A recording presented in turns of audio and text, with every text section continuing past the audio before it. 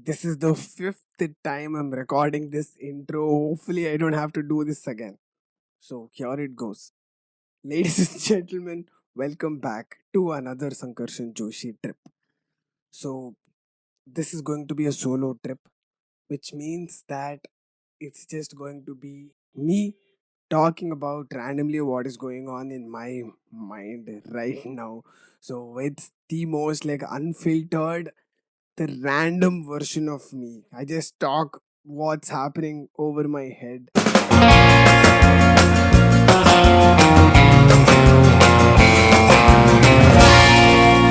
A Sankarshan Joshi trip. So I usually never prepare for solo episodes. Like I just talk on the fly, like what's on my mind. Because while I'm doing that, there's so many things that just come out of me which I was not aware about myself that I had it in me. So uh, let me just give you guys the context to why I'm doing this episode. So recently I've been pretty low.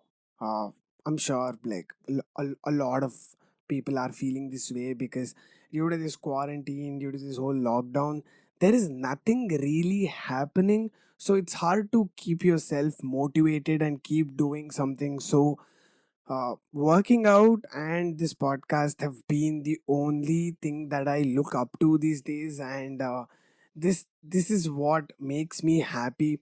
And from the past couple of days, even doing this podcast wasn't making me happy. I wasn't feeling super excited as I normally would to do a podcast, but I anyways love doing this, so I am back here again doing the episode. So I I started wondering why. Like why am I feeling low? What exactly is making me feel sad? Uh because the duality of happiness and sadness are so fascinating to me because we always run towards one thing, which is happiness, and we want to run away from the other thing, which is sadness. So when you hear people talk about anything, they always ask you to do whatever makes you happy. So basically, they want you to run towards the thing that makes you happy, and we always avoid the things that makes us sad, right? So I started wondering, like, why is that? And I started questioning that, and I also started introspecting onto why am I actually feeling low? Like, why am I not feeling happy?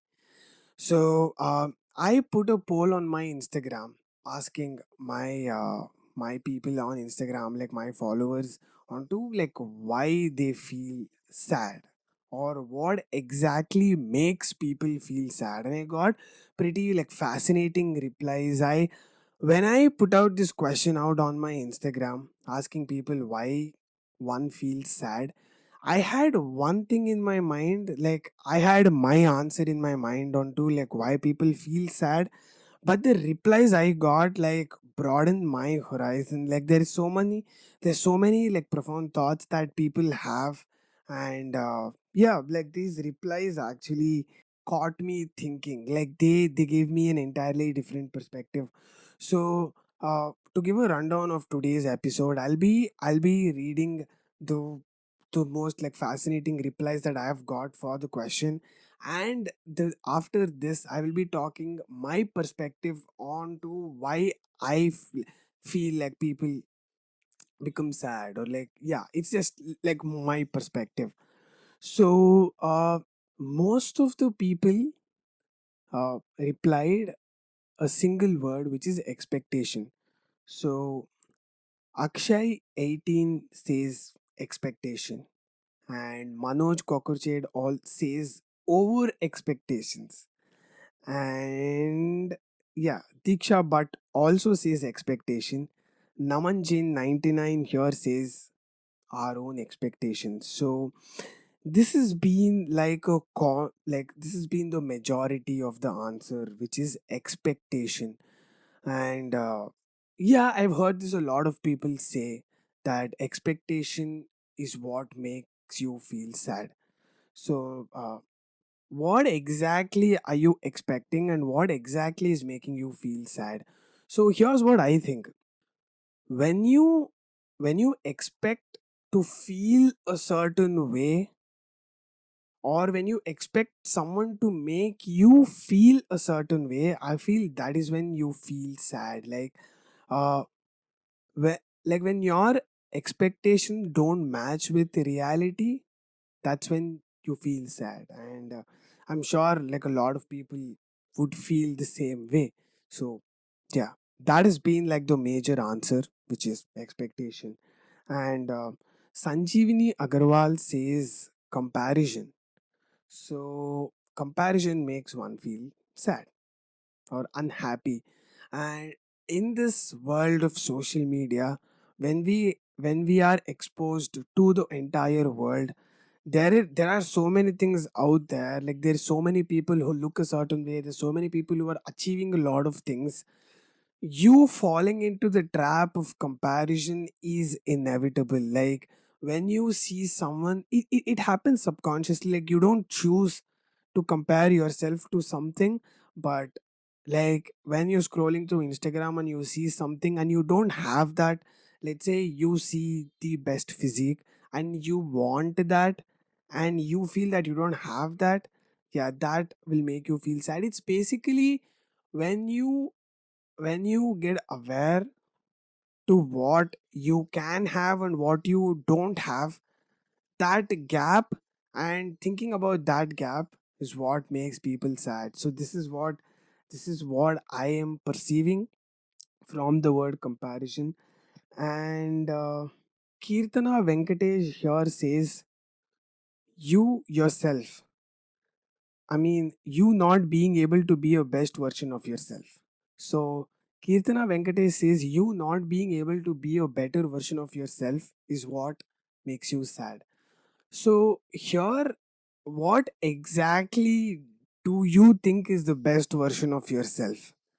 So, I think that I've been reading Everything is Fucked, the book, Everything is Fucked. And in this book, he talks about this whole perception of the best version of yourself. So I I recommend you guys to go read that book. I haven't really completed reading it, so I cannot quote what is being said in the book. But what exactly do you think is the best version of yourself? Even I get caught up in this loop of me wanting to be a better version of myself. So I I question, what, like, is there a better version of myself? So when we say that I want to be a better version of myself, and like I often say this myself, uh, I think that we create a persona of what we think is ideal, of what we think is perfect, and I think we end up chasing that, like chasing that version of what I think is ideal. And what I think is ideal is not purely my subconscious. What I think is ideal is influenced by what society think is ideal, what my family think is ideal, or what my friends think is ideal or cool. So whatever you think is ideal is not exactly framed by you. And whenever you do something that you don't like, you often say this to yourself, right? Like, oh shit, like I'm not being me. I need to, I need to be the best version of myself. Like that motivates people to to to mimic or to be that ideal person. So you don't exactly know how you're gonna feel when you be that person. It's just pure speculation and pure assumption that you're gonna like feel a certain way if you be that person. So yeah, the best version of yourself doesn't really exist. It is something that you create. When you create a best version of yourself, like the the idea of the best version of yourself, uh, you constantly remind yourself of what you are lacking. So basically, whatever your ideal version has and you don't have, like that creates a bit of insecurity, right? Like this is what I think. So I I always thought that I could be a better person, or like having these traits is what makes the better version of myself. So I constantly get in the trap of like me comparing with what I think is ideal. So yeah, this is not at all healthy. Like why are we all trying to chase the better version, or like what to be apt, what we think is the better version of ourselves? So yeah, I think falling into that trap might make people feel sad. Harish Anjana says lack of acceptance. So when you don't accept yourself is when you become sad. Is what Harish Anjana says, and I relate a lot to this statement because usually we are all running from the parts of ourselves that we don't like, right? So we are always in the constant pursuit of forgetting our past. We always end up in a state of denial where we are not even acknowledging the parts of ourselves that we don't like.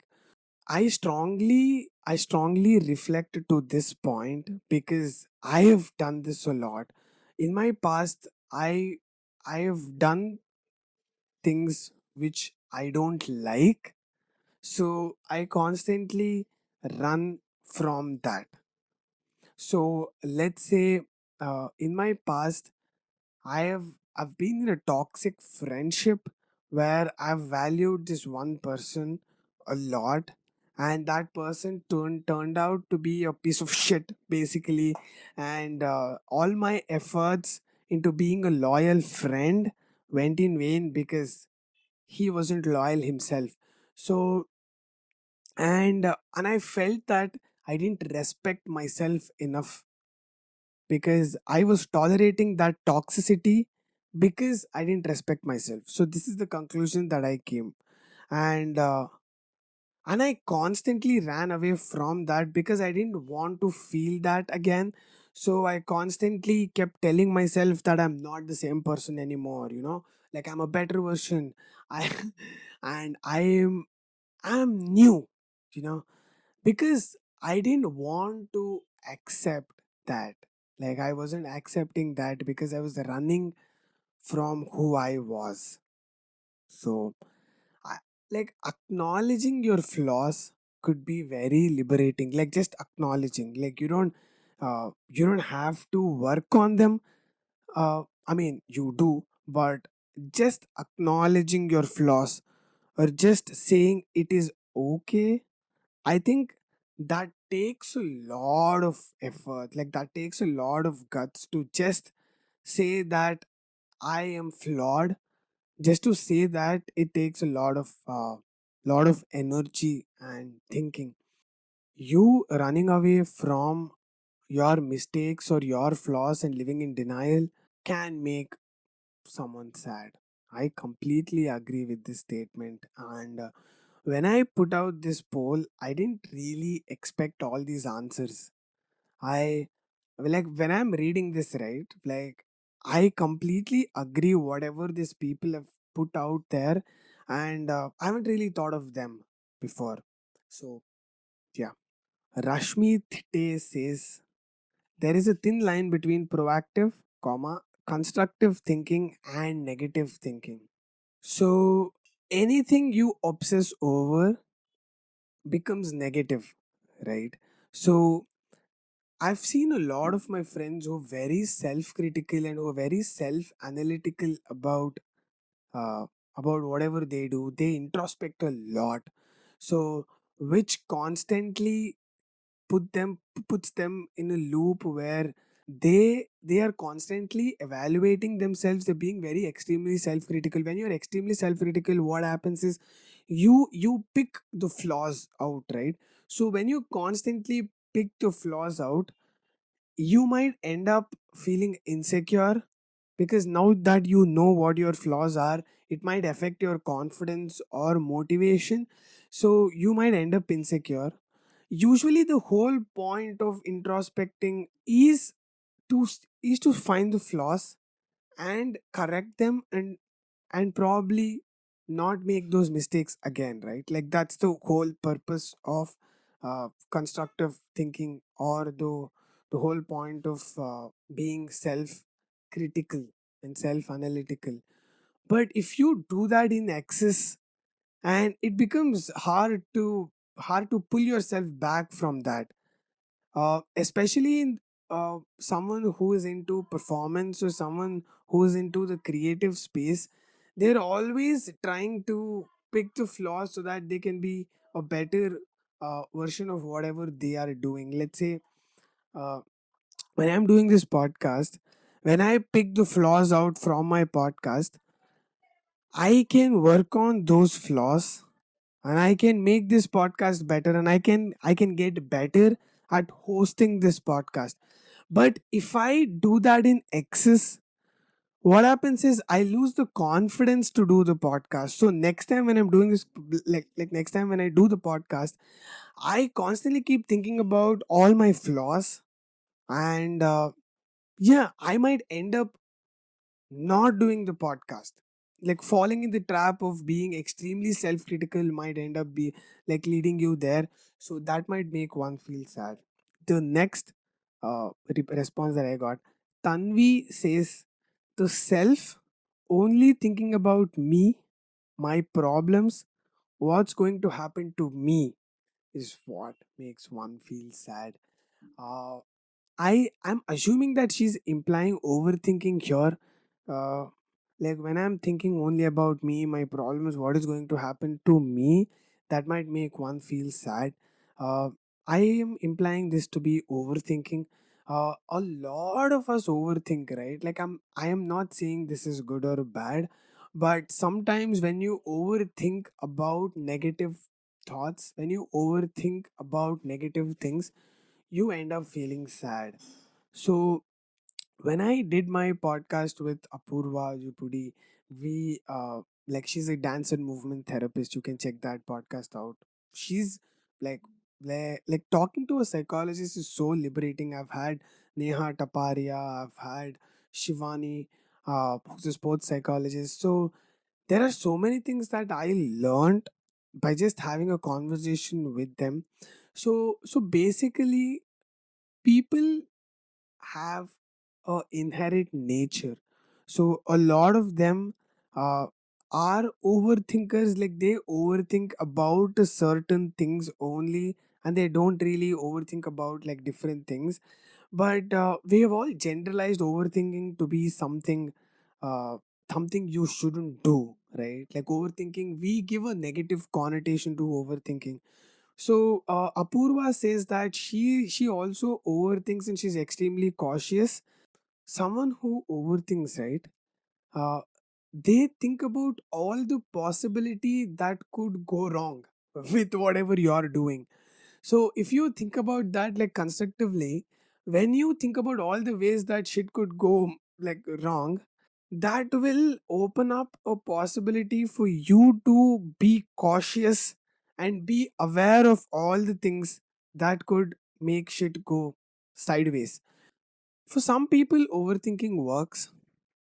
For some people, overthinking actually works because when they think about all the possibility that could go wrong, they could they could actually achieve what they want to without without failing at it, because they've already thought about all the possible things that could go wrong with this, uh, with whatever they're doing.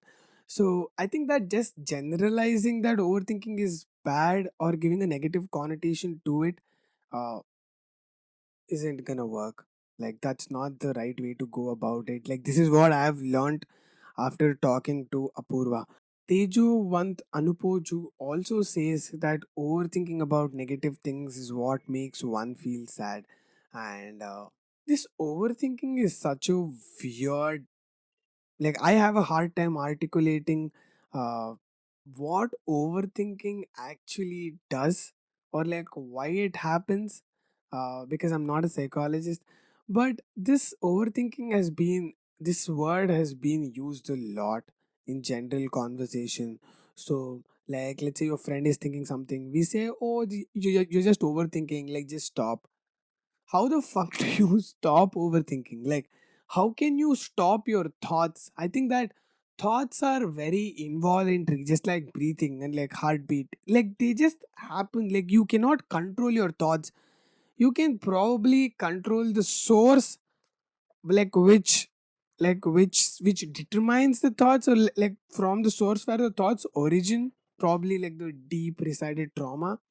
Uh, this overthinking is such a tricky thing. Like, a lot of, even I end up overthinking. I consider myself to be someone who doesn't overthink, but recently I've realized, with the things that I actually care about, I overthink. Let's say this podcast, right?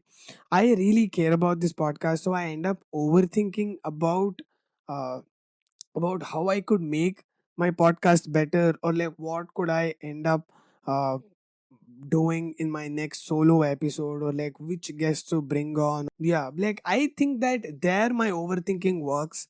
It's very subjective. Like, people can choose for themselves if overthinking works or not. So yeah, we have to be like just being aware of where overthinking works or where overthinking doesn't work. Like, being at that mindful space can avoid people from feeling sad, or like, yeah, this is just my like stupid uh, suggestion or thought, whatever you consider it to be. So Vaishak Dutt replied saying, being human, like, what makes someone feel sad is just being human. And we when someone says being human, they have a definition of what being human is.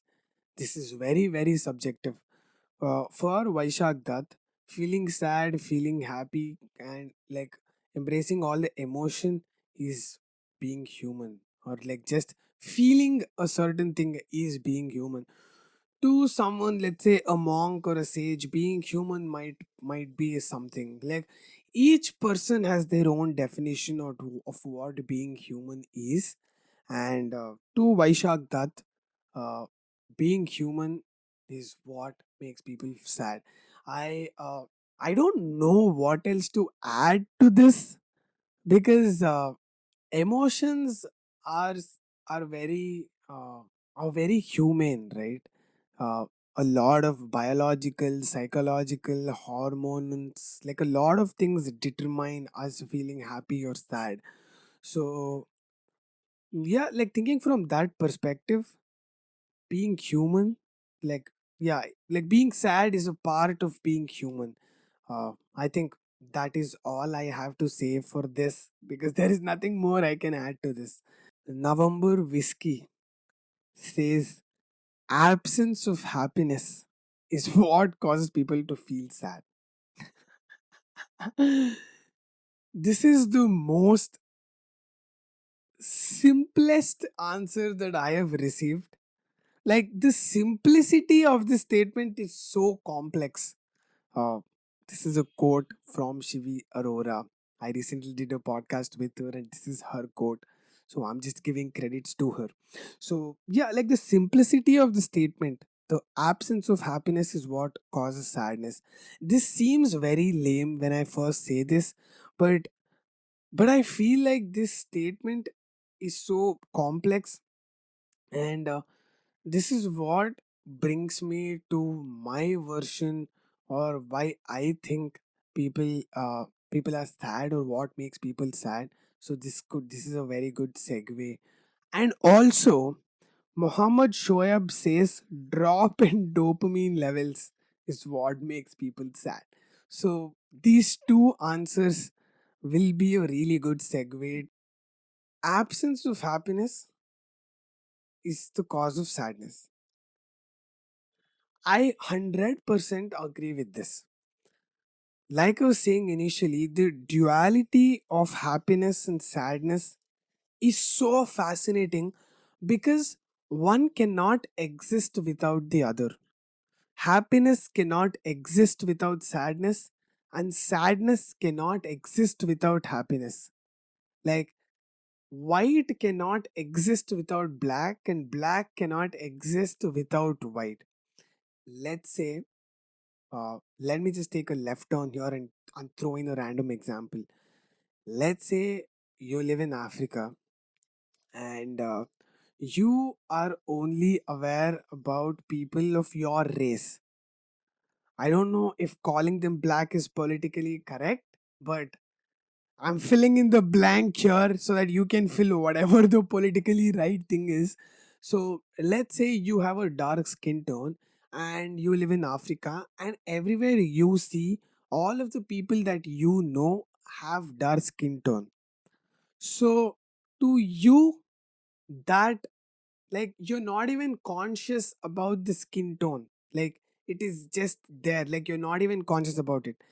Let's say you see a American, or let's say you see someone from other country, other race, who has a very light skin tone. So let's say they have white skin. When Africans see someone with white skin, that is when they become aware that they have black skin. So just the existence of white skin tone created black skin tone there. Like, that is so fascinating. Until that point, you weren't even aware that there is other skin tone which is white. So similarly, day exists because of night, and night exists because of day, like the cause and effect, similar to day and night, right? Day exists because of night, and night exists because of day. Let's say the sun never set and there was always light, like it was day constantly. Would you be aware that it's day? No, right? Now that we are aware of night, and now that we know once the sun sets, the moon rises, that is when we establish one thing to be day and the other thing to be night. So that's the same thing with happiness and sadness. You cannot feel sad without feeling happy. It's just, if one cannot exist without the other. Like, let's say you are happy, like that's when your dopamine level increases, right? Like, on a scale, let's say you are happy and the scale increases. Let's say you're in a like you're, you're trekking and then you go on a mountain, you're climbing up. You can only climb down once you climb up. So once you feel happy, once the level increases, now that you have a metric of what feeling happy is, anything that is opposite to that is sadness. Like coming down the scale of feeling happy is what sadness is, right? So if one has to escape sadness, then he should also escape feeling happy. There is no way that you can escape sadness without escaping happiness. You can only feel sad once you feel happiness. So a person can make you feel sad if he has made you feel happy, or if he has a potential to make you feel happy. So let's say I am going on the road and someone just randomly comments that I my shirt is ugly, and I feel sad now because I know what the potential of the other person is to make me feel happy. The other person could comment saying that my t-shirt looks nice, and since that person didn't say that, I am sad. Like, just creating the perception of what the person could potentially say to make me feel happy is what made me feel sad in the first place. Like, when you expect something, you have established happiness. You have established what could make you happiness. So anything that doesn't reach that level, anything that doesn't reach that expectation will inevitably make you feel sad. I know what causes sadness. It is happiness. Happiness is the cause of sadness. I know this, but I do not know how to avoid sadness. uh, I think that a lot of sages, a lot of monks, they always live in this constant bliss, right?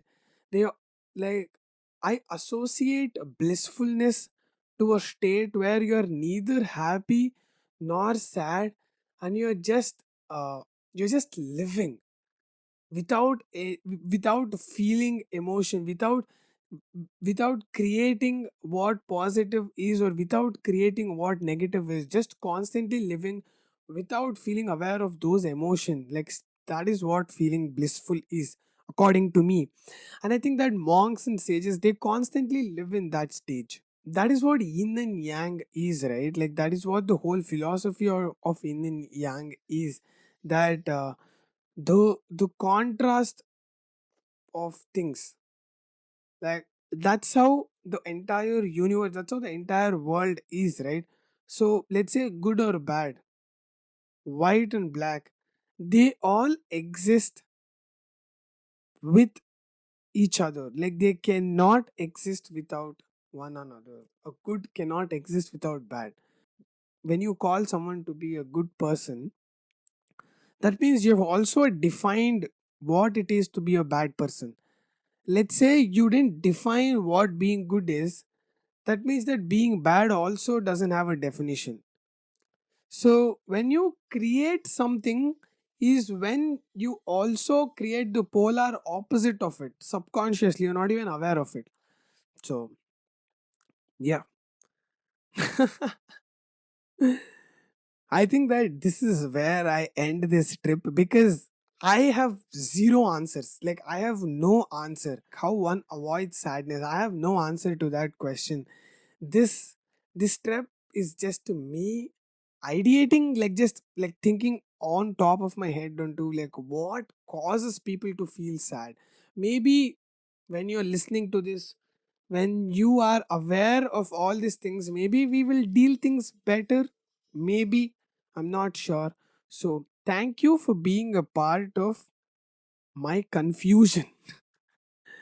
And I keep posting questions like this on my Instagram, and I will pick the answers from there and talk about them in my next episode. So make sure you guys like follow me on Instagram at a Sankarshan Joshi Trip. You can follow only if you like my content. No pressure. So yeah. This podcast is now recorded on video as well as audio. You can find the audio version on Spotify, JioSavan, and Ghana. You can find the video version on YouTube. So, yeah, here we go, ladies and gentlemen. Take care.